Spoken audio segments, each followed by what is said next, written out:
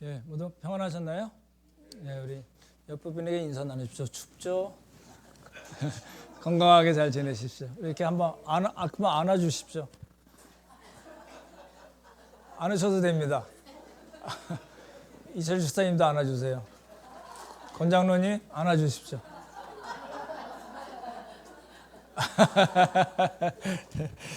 예, 이제 겨울이 온 것 같고요. 이제 마음 춥지 않게 또 우리 이웃들 또 잘 보살펴 그러는 교회가 됐으면 좋겠습니다. 4장으로 이제 넘어왔습니다. 참 넘어오기 힘들죠. 4장은 넘어 4장은 이제 세 번에 나눠서 말씀드리려고 합니다. 이제 7절까지 오늘 말씀드리고 다음 주에 8절에서 20절 조금 본문이 길긴 한데 그리고 마지막에 21절부터 31절 그렇게 이제 세 번에 걸쳐서 이제 말씀을 드리려고 합니다. 말씀드리기 전에 이제 이번 주 목요 성경 공부 휴강입니다. 제가 개인적인 일이 있어서요. 휴강하고 대신 이제 숙제 내드렸는데 숙제하시면 좋을 것 같고 19일 주일 다음 주일이죠. 우리 50대 우리 형제자매들이랑 같이 말씀 나누는 시간 가지려고 하거든요. 우리 교회 여러 가지 문제를 이제 우리 50대 관점에서 우리 함께 가는 교회. 그래서 이제 말씀을 좀 해주시면은 좋고 이제 그랬으면 좋겠습니다. 시간을 좀 잘 조절하셔서요. 예배 좀 식사하고 다음 주에 이제 모였으면 좋겠습니다. 말씀 전하겠습니다. 1장부터 3장의 내용은 사실은 복음을 이해하고 그리고 복음으로 살아야 된다라는 겁니다. 그 얘기를 이렇게 길게 한 거예요. 이게 이제 바울의 논법을 우리가 좀 이해를 하면 좋을 것 같거든요. 바울이 설명하는 방법, 어떤 교회 문제에 있어서 편지를 쓸 때 설명하는 방법이 있거든요. 이제 이렇게 하나하나를 이렇게 쭉 설명을 하고 그 다음 단락에서 그걸 또 다시 반복해요.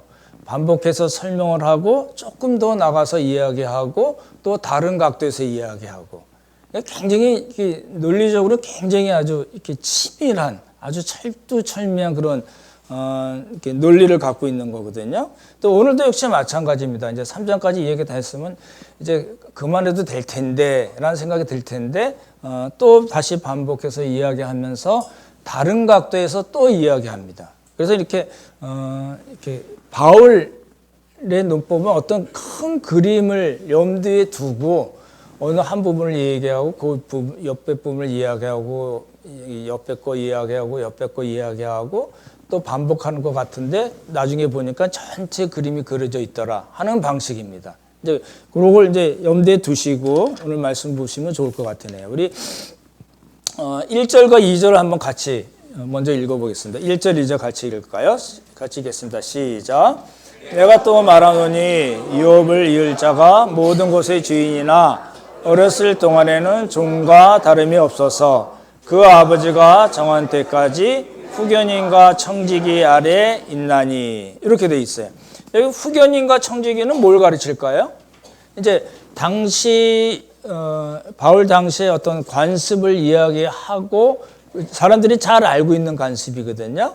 그 잘 알고 있는 관습에 대해서 이야기하면서 그걸 통해서 율법 아래 있었던 사람들의 어떤 형편에 있는가를 설명하는 방식입니다. 여기 보면 이제 후견인과 청지기는 그래서 뭘 가르칠까요? 후견인과 청지기. 그 퀴즈 안 하셨나요? 예, 율법을 가르치죠. 그렇죠? 우리 3장에는 뭐라고 표현이 되어 있어요? 세상의 초등학문, 초등교사. 그렇죠? 이 세상의 초등학문, 초등교사, 그리고 4장에는 약하고 천박한 초등학문 이렇게 돼 있어요. 왜 약하고 천박하다 하냐면 우리를 구원해낼 수 있는 것이 아니다라는 측면에서 얘기잖아요. 어렸을 동안에는 거는 보통 이제 6세에서 16세라고 보통 그렇게 얘기하는데 우리 성인의 날이 언제죠? 우리나라는? 하여튼 5월 언젠가요? 예, 성인의 날 하죠. 우리 성인식 하나요? 알아서 각자 짜장면 먹나요? 안 하고 그냥 저는 없었던 것 같아요. 그냥 뭐 그런 개념도 없이 넘어간 것 같은데, 유대인들은 그렇지 않습니다. 유대인들은 그 유대인들에게서 두 가지 일생에 가장 큰 행사가 두 가지 있다면 하나는 성인식이고 또 하나는 결혼식입니다. 이거 그 동영상 같은 거 보면 그 결혼식 때 이 사람들 남녀가 같이 하지 않고 따로따로 이렇게 춤추고 막 이런 장면들이 많이 나오거든요. 굉장히 결혼식을 크게 하는 편이거든요. 근데 성인식도 역시나 마찬가지입니다. 성인식은 그 남자아이들은 13살에 하고 여자아이들은 12살에 합니다. 이제 남자애들은 그냥 바르 미츠바라는 그런 표현을 하고 여자애들 성인식은 바트 미츠바라고 합니다. 이게 무슨 뜻이냐면 계약의 아들, 계약의 딸이라는 뜻입니다. 율법의 아들, 율법의 딸. 이제 너는 오늘부터 정식으로 공식적으로 율법의 아들이고 율법의 딸이 되는 거야 라고 이야기하는 아주 굉장히 중요한 그 성인식을 하거든요. 이제 1년 동안 준비를 한다고 합니다. 성인식을 하기 전에 1년 동안 준비를 하는데 뭘 준비하냐면 율법서 이제 토라를 이제 많이 읽게 하고 어떤 주제에 관해서 이제 강론까지 할 수 있을 정도로 이제 1년 동안 이렇게 훈련을 시킵니다. 1년 동안 쫙 훈련을 시키고 선물을 줍니다. 이 성인식 때 어느 정도 뭘 주냐면은 율법서를 주고 또 시계를 준다고 그럽니다. 시계를 주고 또 뭘 줄까요? 뭐 행사 때 뭐 주는 거 뭐죠? 꽃 같은 거 말고 반지 말고 뭐니 해도 예, 돈입니다. 근데 이제 이렇게 봉투 이렇게 해가지고 이렇게 아이들 12살, 13살이니까 뭐 맛있는 거 사 먹어 그러고 이렇게 2, 3만 원 넣어주는 게 아니고요. 굉장히 많은 큰 금액을 줍니다.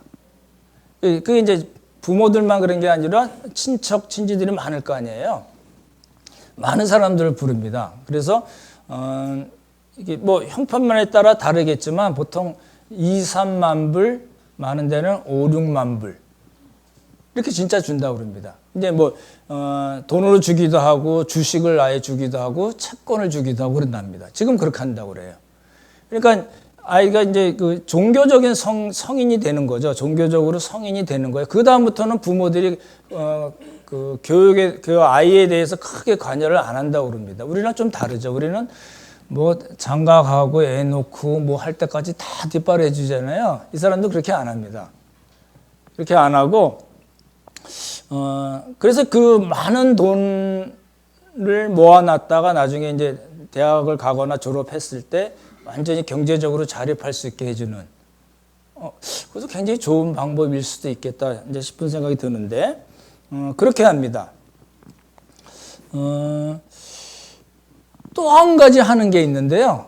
성인식 때 뭘 하냐면 이제 보통 이제 통곡의 벽에 가서 하거든요. 안식일 때 통곡의 벽에 가서 이렇게 율법서 큰 통을 들고 다니면서 이렇게 막 걸어 다니기도 하고 여러 가지 행사를 하는데요. 그거 하고 꼭 또 한 가지 플러스 하는 게 있는데 뭐냐면은 봉사를 하게 합니다. 왜냐하면 이제 계약의 아들, 계약의 딸, 율법의 아들, 딸들이 됐으니까 그 다음에 해야 될 게 뭐냐면 그 율법에 준해서 사는 일을 시킵니다. 그래서 이제 여러 가지 방식으로 이제 봉사를 하게 합니다. 그거는 이제 공동체성을 확보하는 그런 개념입니다. 우리랑은 조금 다르죠. 네.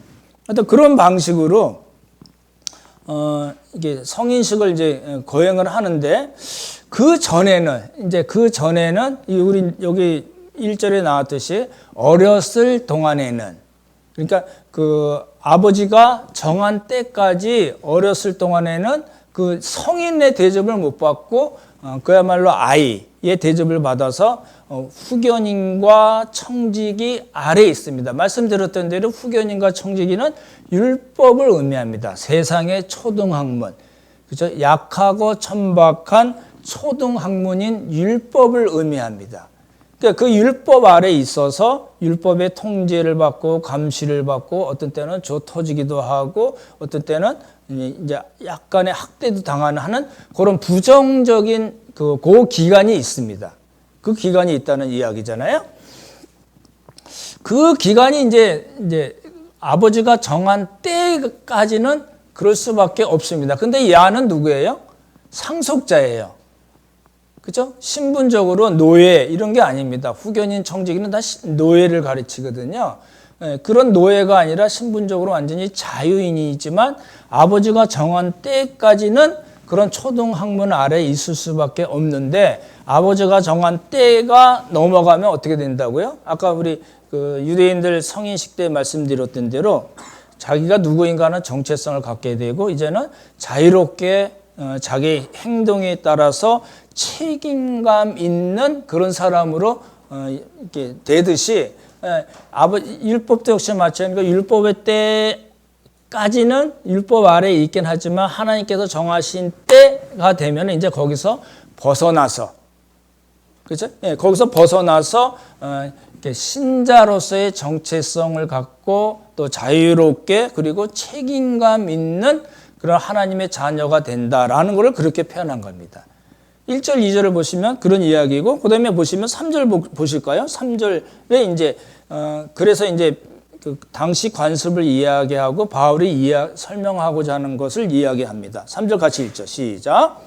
이와 같이 우리도 어렸을 때에 이 세상의 초등학문 아래 있어서 종로로 다했더니 우리도 어렸을 때 이와 같이 우리 그런 관습과 같이 우리도 어렸을 때는 어떻게 했어요? 세상의 초등학문 뭐라고요? 율법 아래. 그렇죠? 율법의 저주 아래 있어서 어떻게 했어요? 뭘 했어요? 종노릇 했다는 겁니다. 그러니까 율법, 죄와 사망의 권세 아래서 꼼짝달싹 할 수 없게 그렇게 살고 있었습니다라는 겁니다. 3장에서 저희가 봤죠. 보십시오. 그러니까 이제 그 아버지가 정한 때가 하는 크로노스라는 말로 표현하거든요. 그러니까 주권적으로 하나님께서 작정하신 그 때가 있습니다. 그때는 무슨 때예요? 예수님께서 오실 때죠. 믿음이 오실 때죠.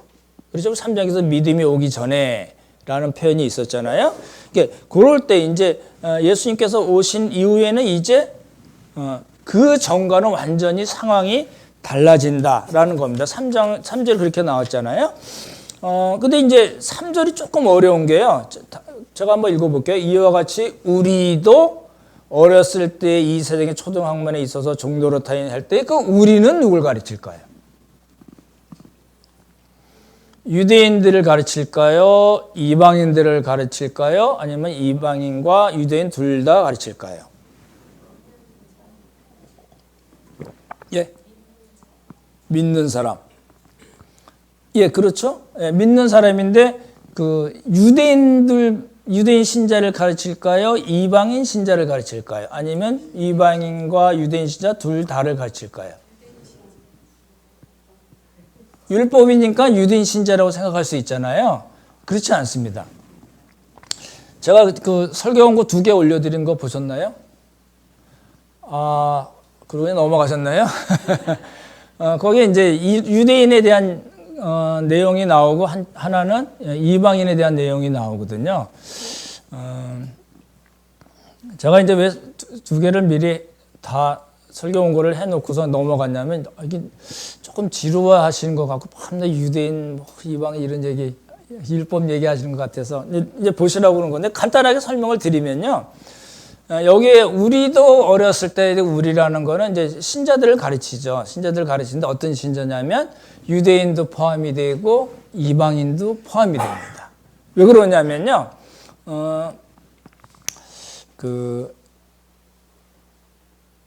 로마서하고 갈라디아서하고 조금 다른 점이 있어요. 로마서, 갈라디아서 보면 로마서는 1장, 2장에 보면 유대인의 죄에 대한 이야기. 이거 여러 번 나오거든요. 몇 번에 걸쳐서 나와요. 제가 그 설교 연구도 보내드렸는데 여러 번 나오고 이방인의 죄에 대한 것도 여러 개가 나와요. 그래서 이방인과 유대인을 다 합쳐서 모든 사람이 다 죄 아래 있다는 걸 설명하는 방식으로 이야기를 하거든요. 근데 갈라디아에서는 유대인과 이방인, 즉 갈라디아 교회는 이방인들이 훨씬 더 많거든요. 유대인들도 있고.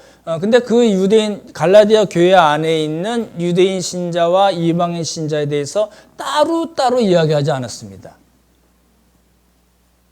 근데 로마서는 다른 점이에요. 왜 그러냐면 이방인 신자들은, 유대인 신자는 어차피 이제 율법 안에 율법대로 살아갔던 사람들이고 그걸 계속 유지할 가능성이 많은 사람이기도 하고, 이방인들은 전혀 율법이랑 관계가 없죠. 율법을 받은 사람들이 아니잖아요. 바울 팀으로부터 복음을 받고 예수 그리스도 안에 들어왔는데 이 유대주의자들이 자꾸 와가지고 그거 갖고 안 된다 그러니까 어떻게 해요? 그러면 할례를 받고 율법도 행해야 되나? 라고 생각했잖아요. 그렇죠? 유대인들은 완벽하게 율법에서 완전히 벗어나기가 쉽지 않았을 때였을 거고요. 그래서 이제 유대인과 이방인들을 하나로 보고 그렇게 이야기하는 겁니다.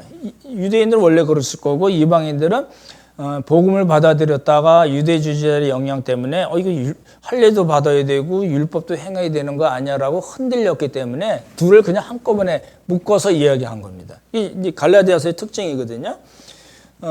유대인들은 이제 율법을 받은 사람들이잖아요. 로마서 2장의 그 설명이 그거예요. 율법을 받았어요. 그래서 유대인들은 이 율법을 자랑했어요. 우리는 할례도 받고 율법을 받은 사람들이라 니네랑 달라. 우리는 하나님의 선민이야 라고 얘기했잖아요. 근데 그러고 이제 율법을 열심히 가르치죠.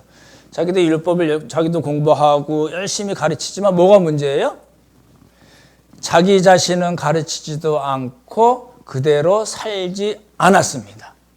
그러니까 유대인들을 한마디로 얘기하면 뭐예요? 율법을 받은 죄인입니다. 그렇죠? 예, 그렇게 이야기할 수밖에 없고, 그래서 바울이 이제 하는 이야기는 단순히 표면적, 육체적인 유대인이 아니다. 표면적인 할례가 그게 진짜 할례가 아니다. 라는 걸 자꾸 강조를 합니다. 그래서 나온 이야기가 뭐냐면 마음의 할례를 받아야 된다. 너희들이 할례 받았다고 자랑하지만 그거 아니다. 마음의 할례를 받아야지 라고 얘기한 겁니다. 그래서 예레미야서에도 나오고 여러 가지 이야기들이 나오거든요. 이제 나중에 한번 보시면 좋을 것 같고, 이방인들은 어떡하죠? 보십시오. 이방인들은 율법을 받은 사람들이 아니에요. 우리도 그랬고 갈라디아 교회에 있던 이방인 신자들도 율법이랑 관계 없는 사람들이었습니다. 율법과 관계 없는데 왜 자꾸 율법 이야기를 하냐? 이 얘기를 이제 아까 묶어서 얘기한다고 말씀드렸는데 로마서에 그렇게 나옵니다. 보십시오. 지금도 역시 마찬가지예요. 지금도 역시 안 믿는 분들이, 이분 다 이제 안 믿는 분들이 많잖아요. 여러분 7, 80년, 90년까지는 이제 한국 교회가 1000만 성도, 근데 보통 1100만까지 갔다고 그러는데 지금 얼마 정도 되신지 아시나요? 지금 700에서 800 정도 얘기합니다. 많이 부풀려지고 중복이 됐을 거예요. 근데 이게 한 20, 30년 가면 어떻게 될까요? 확 줍니다. 한 2, 300만으로 가지 않을까 싶기도 한데. 확 줍니다. 정말입니다. 보십시오. 제가 예언의 능이 있잖아요. 그 통계적으로 나오는 겁니다. 왜냐하면 인구가 감소하고 가나안 교인들이 많아지고 믿는다고 하지만 그렇게 살지 않는 사람들이 점점 많아지니까 정말 신실한 크리스찬으로 얘기하자면은 그 숫자가 확 줄 겁니다. 이건 명백한 사실입니다. 그렇죠. 그러니까 우리가 이제 자녀들 교육에 굉장히 힘을 써야 되는 이유 중에 하나죠. 이방인들은 이제 안 믿는 분들이 많잖아요. 안 믿는 분이 많은데 그분들 마음속에 하나님이 계신가 봐 라는 생각이 있을까요? 없을까요? 뭔가 있어서 나를 이렇게 막 행동하지 못하게 하고 뭔가 있어서 저 하늘에 멋있는 별들도 만들고 바다도 만들고 땅과 모든 동물들과 그 수목들을 다 만들었네라는 생각이 있을까요? 없을까요? 있습니다. 그게 바울의 이야기예요. 바울이 로마서 1장에서 뭐라고 얘기하냐면 하나님을 알만한 것들이 그 사람들에게 분명히 있었다라고 얘기하는 겁니다. 지금 그때만 뿐이 아니라 지금 역시 마찬가지죠. 그런 사람들 있잖아요. 뭐 이렇게 멋있는 산에 등산해가지고 그 쫙 펼쳐진 모습을 보고서 하나님이 계신가 봐. 그래서 뭐 교회 나왔다는 사람도 있잖아요. 그러니까 그거는 이제 어렴풋이, 왜냐하면 아담의 죄로 인해서 타락했기 때문에 알만한 것이 하나님께서 주셨지만 그 알만한 것이 어떻게 됐어요? 이게 왜곡이 된 겁니다. 양심도요, 본성도요, 손상을 입은 겁니다. 우리의 지정의도 왜곡이 됐다고 얘기합니다. 본성도 그래서 죄된 본성이라고 표현합니다. 그렇더라도 죄가 무엇인지 본능적으로, 직관적으로 알 수 있다는 겁니다. 아담이 죄를 범한 이후에 숨은 것도 그렇고 가인의 이야기도 그걸 증명을 하거든요. 그러니까 이방인들은 하나님께서 율법을 직접 주시지는 않았지만 하나님을 알만한 것을 그 사람들의 마음속에 심어 놓으셨는데 어떻게 했어요? 하나님을 영화롭게도 하지 않고 감사하지도 않고 오히려 생각이 허망하여져서 어리석은 마음으로 그 마음이 어두워졌다고 이해하는 게 로마서 이야기입니다. 그래서 로마서 1, 2장에서 바울이 여러 번 이야기하는 거거든요. 그러니까 묶어서 얘기하자면 유대인들도 그렇고 이방인들도 그렇고 율법을 받았든지 안 받았든지 다 뭐예요? 하나님께서 정하신 때 전까지는 다 뭐예요? 율법 아래, 죄와 사망의 권세 아래 있을 수밖에 없었다라는 겁니다. 근데 이제 무슨 일이 일어났어요? 무슨 일이 일어났어요? 하나님께서 정하신 때에 어떤 일이 일어났다는 겁니다. 그게 이제 4절 5절이에요. 한번 보십시오. 4절 5절 같이 읽죠. 때가 차면 같이 읽겠습니다. 시작. 때가 차면 하나님이 그 아들을 보내사 여자에게서 나게 하시고 율법 아래 나게 하신 것은 율법 아래 있는 자들을 속량하시고 우리로 아들의 명분을 얻게 하려 하심이라. 율법 아래 있는 자들을 속량한다 할 때 율법 아래 있는 자들은 유대인과 이방인 다 포함이 되잖아요. 그렇죠? 묶어서 얘기했다고 그러니까. 그 때가 찼어요. 하나님 크로노스. 하나님께서 보십시오. 하나님의 계획은 계획표가 있으신 거예요. 전능하신 하나님이시기 때문에 하나님의 계획이 다 있는 거예요. 큰 그림이 있으신데 때가 찼어요. 하나님께서 정하신 때가 있어요. 그렇죠? 그 때에 누가 오셨어요? 하나님께서 그 아들 예수 그리스도를 보내셨어요. 그렇죠? 근데 보시죠. 두 가지로 표현하죠. 하나는 뭐예요? 여자에게서 나게 하시고 율법 아래 나게 하셨다. 그것을 통해서 우리들을 구속하시고 아들로 삼으셨다. 아들의 명분을 갖게 하셨다. 이 얘기가 이제 4절 5절이잖아요. 여자에게서 나겠다 하셨던 말씀이 뭘까요?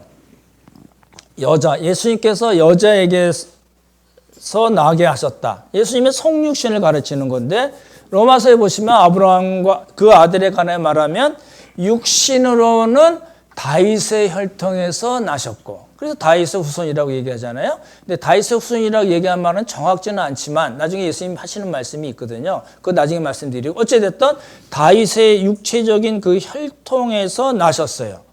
그렇죠? 마태복음에도 그 말씀 나오죠. 아브라함과 다윗의 자손. 그렇게 표현하잖아요. 그래서 이제 그 성육신 하셨다는데 이 안에는 뭐가 포함이 됐어요? 3일째 때 말씀드렸죠. 예수님은 하나님이세요. 믿으시나요? 예수님은 하나님이세요. 하나님보다 약간 아래에 있는 어떤 분이 아니세요. 그렇죠? 우리 3일째 때 많이 말씀드린 거잖아요. 그럼 완전한 신성을 가지신 분이 성육신을 통해서 뭐예요? 완전한 인성을 갖고 이 땅에 오셨다는 겁니다. 그걸 이제 여자에게서 나셨다라고 얘기하는 거고, 율법 아래 나게 하셨다라는 말은 뭘까요? 왜 율법 아래 나게 하셨다는 말을 썼을까요? 보십시오. 이 말은 이제 율법의 요구를 다 만족시키시고 율법을 완성하셨다. 그래서 십자가의 죽음으로 율법의 저주에서 우리를 구원해 내셨다라는 뜻인데요. 조금 이제 생각해 볼 만한 게 있습니다. 잘 보시면 예수님이 할례를 받으셨나요? 안 받으셨나요? 예? 이쪽은 다른 교회도 오셨나 봐요. 받으셨죠. 8일 만에 할례를 받으셨어요. 율법대로 하신 거예요. 그래서 율법대로 요셉과 마리아가 한 거잖아요. 유대인들은요, 그 아들이 나면은 이제 7일 동안은 공동체 사람들을 안 만납니다. 공동체와 격리를 하고 8일이 돼서야 이제 할례를 행하거든요. 그리고도 33일 동안 있다가 그 이제 그 정결 기간이라고 하거든요. 그 33일 동안 있다가 이제 성전으로 갑니다. 그러니까 토탈 40일 동안은 이렇게 정결하지 않은 걸로 보는 겁니다. 율법이 원래 그렇게 돼 있어요. 40일 동안은. 근데 여자아이를 낳으면 얼마 동안 그렇게 할까요?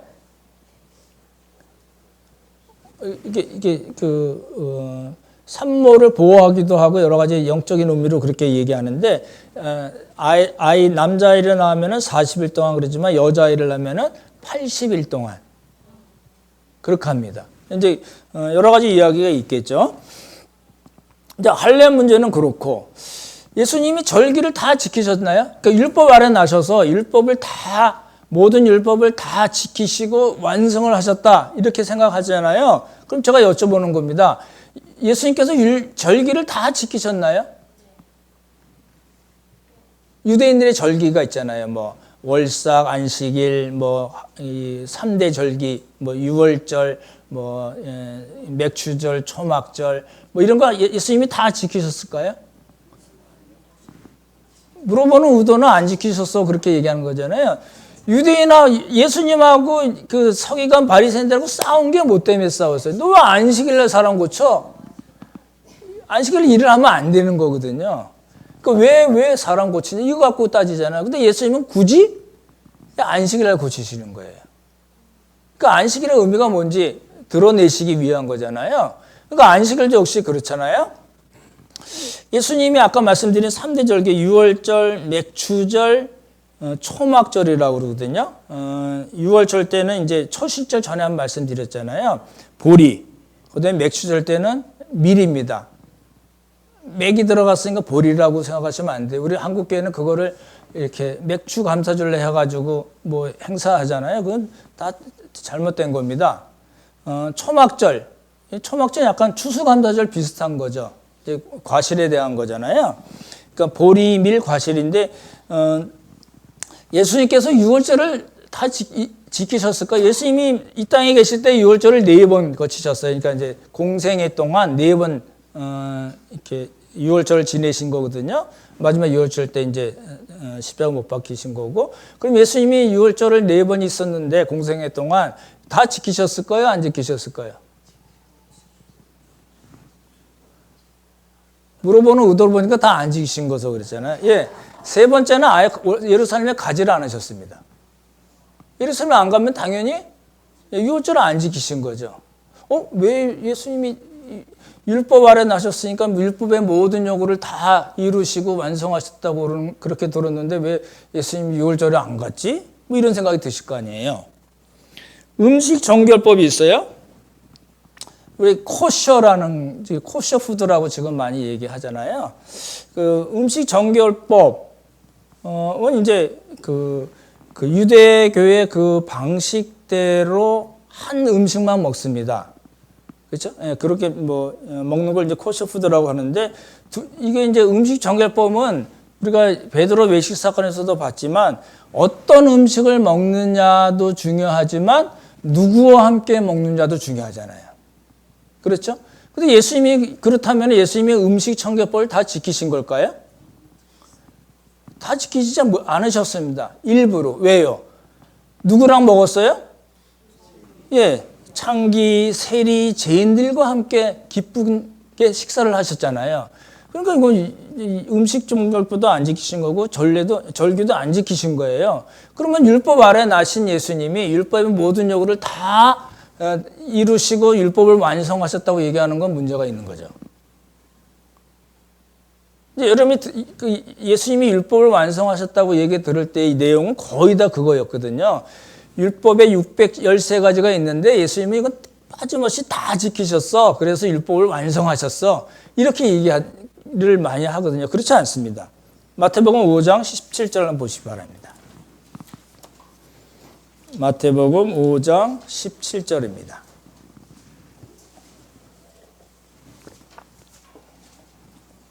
6쪽입니다.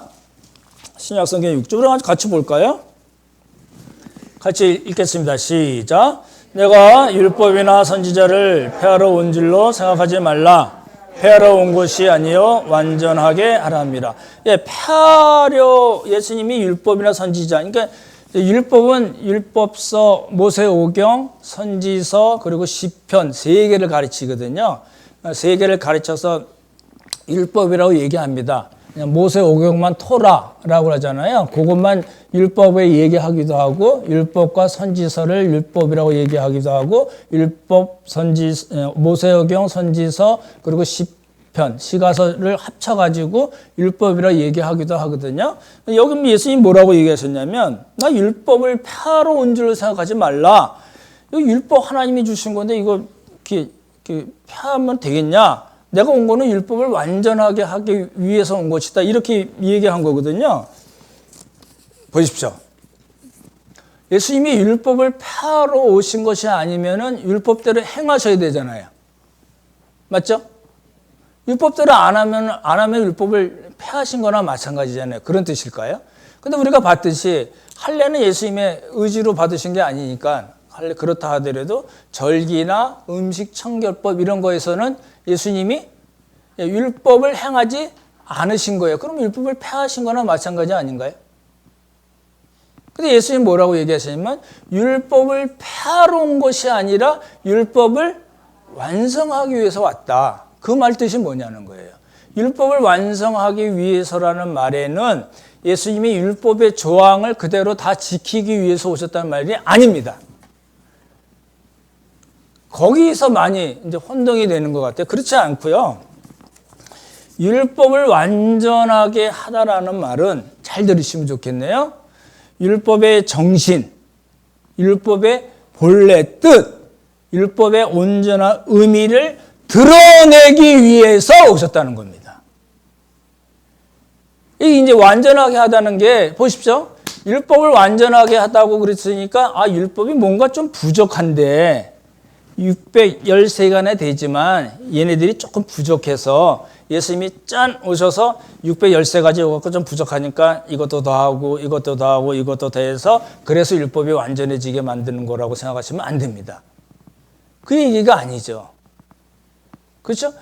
우리가 어떻게 알 수 있을까요? 예수님께서 오셔서 율법에 대해서 하신 말씀 중에 이제 율법사라고 그러죠. 율법을 전문적으로 얘기하는 사람이 와서 예수님 도대체 613가지나 되는데 가장 첫째 되는 계명이 뭡니까? 이렇게 물어봤어요. 예수님 뭐라고 그러셨어요?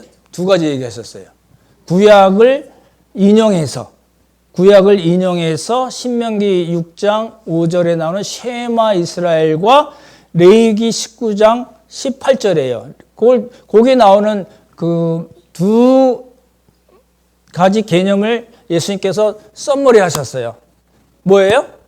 하나님 사랑, 이웃 사랑. 그거예요. 수많은 율법이 있는데 거기 좀 그게 보니까 그게 조금 부족하니까 이것도 하고 저것도 하고 그래야 돼. 그렇게 하시지 않으셨어요. 이미 주신 율법을 예수님께서 두 가지로 딱 요약해서 말씀하셨어요. 하나님 사랑, 이웃 사랑. 이중계명으로 여러 번 말씀드렸잖아요. 그걸 통해서 예수님께서 율법이 뭔가, 율법의 참된 의미가 뭔가, 원래 왜 율법을 주셨는가를 완전하게 드러내셨다. 그런 의미에서 뭐예요? 율법을 완성하러 왔다라는 겁니다. 그럼 우리는 율법을 지켜야 될까요? 율법을 지키지 않아도 될까요? 지금 우리가 본 거에 의하면 우리 율법을 지켜야 될까요? 지키지 않아도 될까요? 지키지 않아도 되나요? 지켜야 되나요? 이 예수님께서 지금 하신 이 말씀, 율법을 완성하러 오셨다는 그 말씀의 의미를 우리가 받아들인다면 율법을 지켜야죠. 당연히 지켜야죠. 왜요? 예수님께서 오신 게 뭐예요? 율법을 완성하러 오셨다. 율법의 의미가 무엇인지 드러내시고 우리에게 말씀해 주시고 실제 몸소 예수님께서 그 율법을 행하기 위해서 오셨다니까. 십자가잖아요. 예수님의 십자가잖아요. 그 일을 위해서 오셨다면 그것으로 인해서 하나님의 자녀가 된 우리는 뭐예요? 당연히 율법을 행해야죠. 5장 14절 보십시오. 갈라디아서 5장 14절. 그래서 바울이 그 얘기한 겁니다. 같이 읽을까요? 5장 14절 읽겠습니다. 시작. 온 율법은 내 이웃 사랑하기를 내 자신같이 하라 하신 한 말씀에 이루어졌나니. 예, 예수님께서 요약하신 거를 바울이 지금 따서 이야기하는 거예요. 그렇죠? 지금 이거 레위기 19장 말씀 그대로거든요. 내 이웃 사랑하기를 내 자신같이 하라 하신 그 말씀에 모든 율법이 다 들어가 있다. 그러니까 우리는 어떻게 율법을 지켜야 되나요? 율법을 안 지켜도 되는 사람인가요? 예, 율법을 지키지 않아도 된다는 의미는 율법의 조항을 의미합니다. 뭘 하고 하지 말고, 안식일에 뭐 일을 하지 말고, 안식일에 불 피면 사람 붙잡아가지고 모세에 데리고 갔잖아요. 이 사람 어떡할까요? 모세가 뭐라고 그랬어요? 돌로 쳐? 죽었어요. 그런 의미에서의 율법이 아니라, 율법 조항이 아니라 그 율법의 정신이 뭔가, 율법을 주신 원래 뜻이 뭔가, 율법의 원래 의미와 취지가 무엇인가를 예수님께서 드러내시고 그대로 다 행하신, 그것을 통해서 우리에게 알려주신 그 율법대로 우리가 살아야 된다는 겁니다. 그게 이제 말씀드렸던 이제 5장에서 계속 말씀드릴 셰마 이스라엘, 공의, 정의, 또 사랑으로 사는 삶, 우리의 믿음을 행함으로 드러내는, 행함으로 증명해내는 삶, 성령을 쫓아 행하는 삶이라는 겁니다. 제가 지금 5장을 염두에 두고 계속 여러 번 말씀을 드리는 거잖아요. 그러니까 이제 율법 아래 나게 하셨다는 말은 이제 예수님께서 율법의 모든 것, 요구를 다 물론 이제 십자가에서 이루신 부분도 있지만 율법이 과연 어떤 것인가를 완전히 드러내고 그 율법대로 온전하게 행하심으로 우리가 어떤 사람인가, 우리의 정체성, 신자의 정체성을 이야기해 주신다는 겁니다. 6절을 한번 보시겠습니다. 6절을 한번 같이 읽어볼까요? 시작. 너희가 아들이므로 하나님이 그 아들의 영을 우리 마음 가운데 보내사 아빠, 아버지라 부르게 하셨느니라. 그러니까 율법 아래에 있었습니다. 통치받고 지배받고 억압받던 그런 사람들이 하나님께서 정하신 때에 예수님께서 하나님의 아들을 보내셔서 성육신하시고 그리고 십자가로 우리를 속량하셨다. 그리고 우리에게 뭘 주셨어요? 아들의 명분, 하나님의 자녀가 되게 하셨다라는 겁니다. 그래서 이제 우리가 아들이기 때문에 하나님께서 우리에게 주신 게 뭐예요? 그 아들의 영입니다. 여러분, 제가 여러 번 여쭤본 겁니다. 여러분 성령을 받으셨나요? 성령을 받으셨나요? 이 마이크 좀 약합니다. 성령을 받으셨나요? 예. 우리 성령을 받은 사람입니다. 좀 확인을 다시 해보죠. 로마서 8장 보십시오.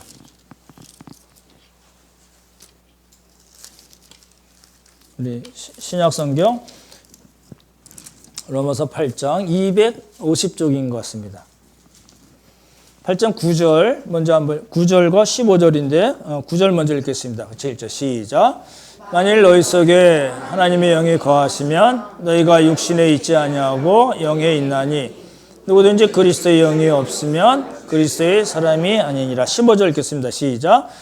너희는 다시 무서워하는 종의 영을 받지 아니하고 양자의 영을 받았으므로 우리가 아빠 아버지라고 부르짖느니라. 여기만 누구든지 그리스도의 영, 성령이 없으면 그리스도의 사람이 아닙니다 라고 이야기하고, 그리고 우리가 양자의 영을 이미 받았기 때문에 뭐예요? 우리가 하나님을 뭐라고 불러요? 아빠 아버지라고 부른다는 겁니다. 그 복이 이제 우리에게 있는 거죠. 그렇죠? 그래서 아빠라는 거는 이제 아람어라고 그럽니다. 원래 이제 히브리 사람들이지만 히브리어를 쓰는 게 아니고 아람어를 씁니다. 그 아람어 중에 이제 아빠라는 말입니다. 근데 유대인들이 제일 먼저 태어나서 배우는 말이 아빠라는 말인 것 같습니다. 그렇다고 그러는데 발음하기는 엄마가 더 좋죠. 마마, 엄마 이렇게 좋잖아요. 어찌됐든. 근데 이제 이 아빠라는 말에 포함된 거는 아버지를 굉장히 친근하게 부르는 의미가 있습니다. 우리 여러분 아빠랑 관계가 좋으신가요? 다 돌아가셨죠? 돌아가신 아빠랑 관계가 좋으셨나요? 지금 살아계신 아빠하고는 관계가 좋으신가요? 좀 약한 것 같은데요? 그리고 이제 7절에 바울이 이제 얘기하는 거예요. 그럼 같이 읽어볼까요? 7절 읽겠습니다. 시작. 그러나 내가 이후로는 종이 아니요 아들이니 아들이면 하나님으로 말미암아 유업을 받을 자니라. 예, 근데 잘 보시면 1절에도 유업이란 말이 나와요. 물론 이제 예를 들 때 나온 말이지만 유업이라는 말이 나오고 7절에도 유업이라는 말로 끝입니다. 그러니까 오늘 본문은 뭐로 시작해서 뭐로 마쳐요? 유업에서 시작해서 유업으로 마칩니다. 그러면 이제 우리는 상속자라고 얘기하잖아요. 모든 크리스찬들이. 그러면 우리 크리스찬들이 받을 유업 상속은 뭐냐면은 이제 여러 번 말씀드렸지 갈라디아서는 그렇게 표현합니다. 3장에는 성령, 의롭게 하심, 율법의 저주에서 벗어나고 하나님의 자녀가 되고 그리스도로 옷 입는 거. 그리고 6장에서 하나님의 나라라고 이야기가 나오거든요. 그게 이제 우리가 받을 유업입니다. 상속입니다. 이제 오늘 이제 말씀을 다 드렸어요. 근데 보십시오. 제가 이제 말씀을 준비하면서 들었던 생각은 뭐냐면 그러니까 바울이 지금 요 본문에서 우리 신자들이 모든 신자들입니다. 예외 없이 모든 신자들이 받을 수 있는 유업을 뭐라고 표현했을까? 한마디로 아빠 아버지입니다. 아빠 아버지로 표현을 한 거예요. 이 아빠 아버지는 성경에 3번 나옵니다. 아까 봤던 로마서 8장 15절에 나오고 갈라디아서에도 나오고 또 한 군데 나오는데 마가복음에 나옵니다. 이 마가복음은 우리가 부르는 아빠 아버지가 아니고 예수님께서 하나님을 아빠 아버지로 불렀습니다. 어디에서요? 겟세마네 동산에서 기도하실 때. 그러니까 예수님도 아빠 아버지로 부르고 우리도 하나님은 아빠 아버지로 부르니까 예수님이 우리랑 형제네 이렇게 생각하시면 안 됩니다. 다른 이야기입니다. 오늘 이단에서 그렇게 얘기하죠. 안상홍 증인회죠. 그러니까 그 하나님의 교회, 그 이제 십자가가 없죠. 하나님의 교회 세계 복음 선교회인가 협회인가 뭐 이런 거죠. 안상홍을 아버지 하나님이라고 불러요. 근데 이 아버지 하나님이 어떻게 되셨어요? 돌아가셨어요. 뇌졸중으로 돌아가셨어요. 국수 먹고 그 다음날 뇌졸중 걸려가지고 이제 사망했습니다. 그러니까 좀 뭐가 좀 빈 것 같잖아요. 그러니까 뭘 또 만들어냈어요? 그 사람 가기 전에 어머니 하나님을 만들었어요. 장길자입니다. 장길자는 저를 1946년, 43년생인가 그래요. 여러분 보십시오. 하나님이 남자인가요? 여자인가요? 그리고 하나님 아버지 그러잖아요. 아버지 하나님. 그 남성인가요? 여성인가요? 아버지라며요. 이게 이제 그거는 우리 생각이죠. 하나님은 영이십니다. 이게 남성 여성의 구분이 없으신 분입니다. 그렇죠? 아빠라며.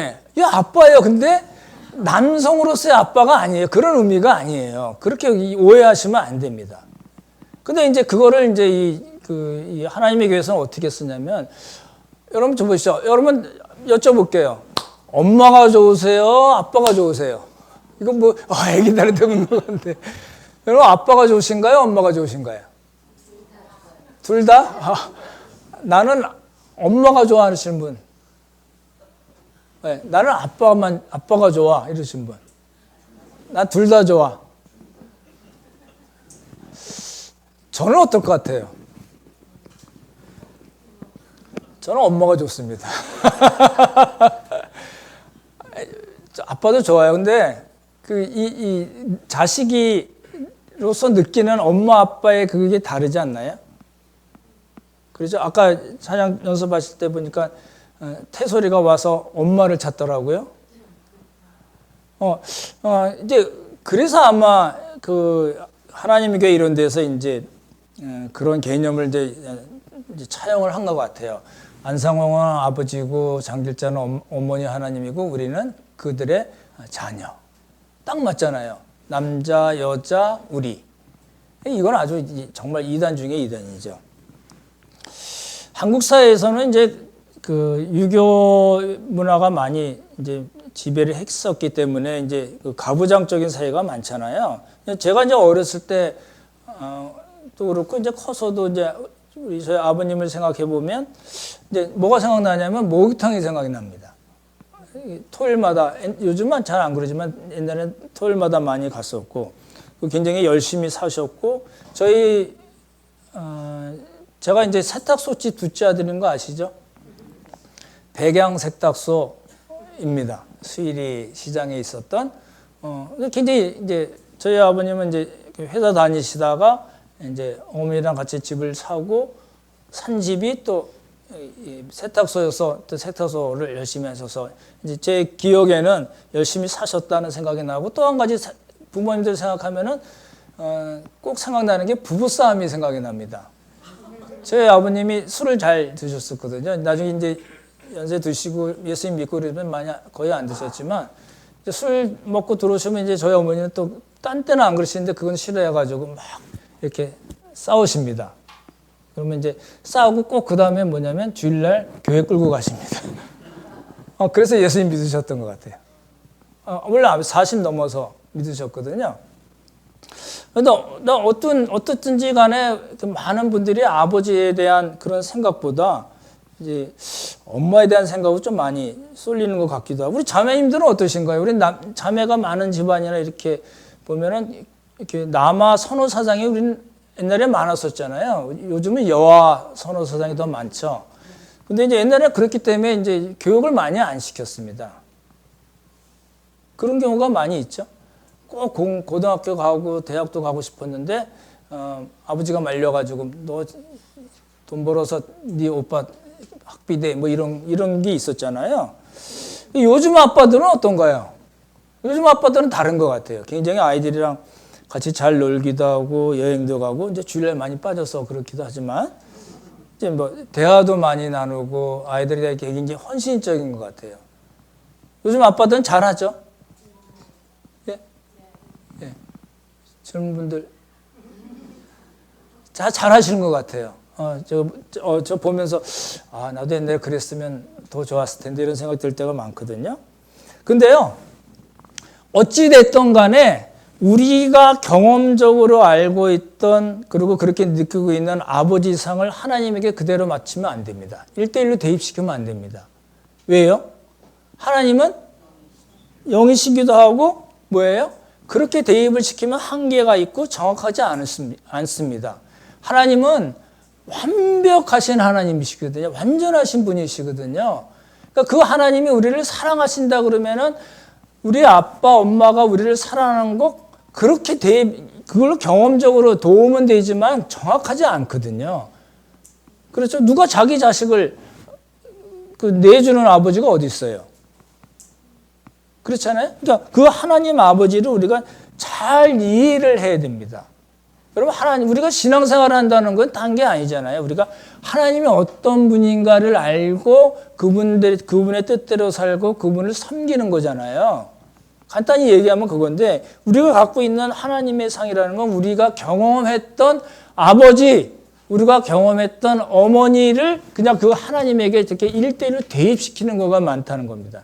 그렇게 하면 정확지가 않아요. 그래서 우리가 성경에서 보여주는 하나님, 아버지가 어떤 분이신가를 우리가 정확하게 알아야 됩니다. 그래서 오늘 본문에서는 바울은 뭐라고 해요? 한마디로 아빠, 아버지입니다. 너무나도 친밀하게, 그렇죠?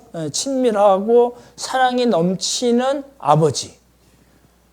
그 하나님을 우리는 뭐라고 불러요? 아빠, 아버지라고 부릅니다. 그럼 기도하실 때 하나님 아버지 또는 주여, 성부, 성자, 성령, 하나님 이렇게 얘기하지만 우리가 놓치지 않아야 될 생각은 뭐예요? 하나님은 우리의 누구세요? 예, 아빠, 아버지세요.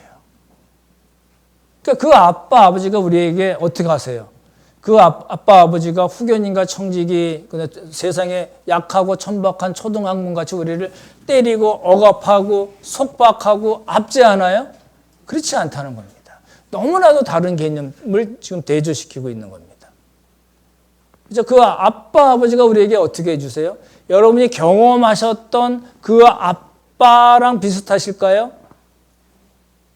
아니죠.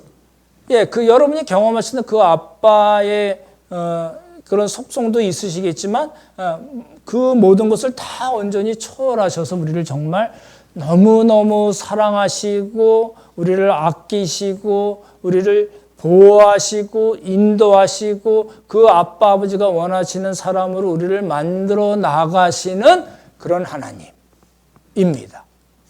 말씀을 마치겠습니다. 우리의 아빠 아버지는 하나님은 우리의 아빠 아버지십니다. 그런 아빠 아버지의 자녀로서 여러분 잘 생각해 보시면 좋겠어요. 그런 아빠 아버지를 가진 사람으로서 우리는 어떻게 살아야 돼요? 예, 자신 있고 당당하게 사셔야 됩니다.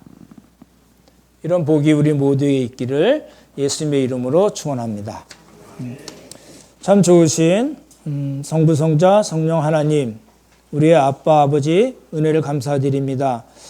우리들이 부족하고 또 우리 좀 더 잘해보고 싶은 마음이 많아서 우리가 좌절할 때도 있고 또 주저앉고 또 주 앞에 눈물 흘릴 때가 있지만 그럼에도 불구하고 하나님은 우리의 아빠 아버지이심을 믿고 우리가 자신 있게 당당하게 또 우리에게 맡겨진 삶을 잘 살아내는 귀한 복을 주님 허락하여 주시옵소서.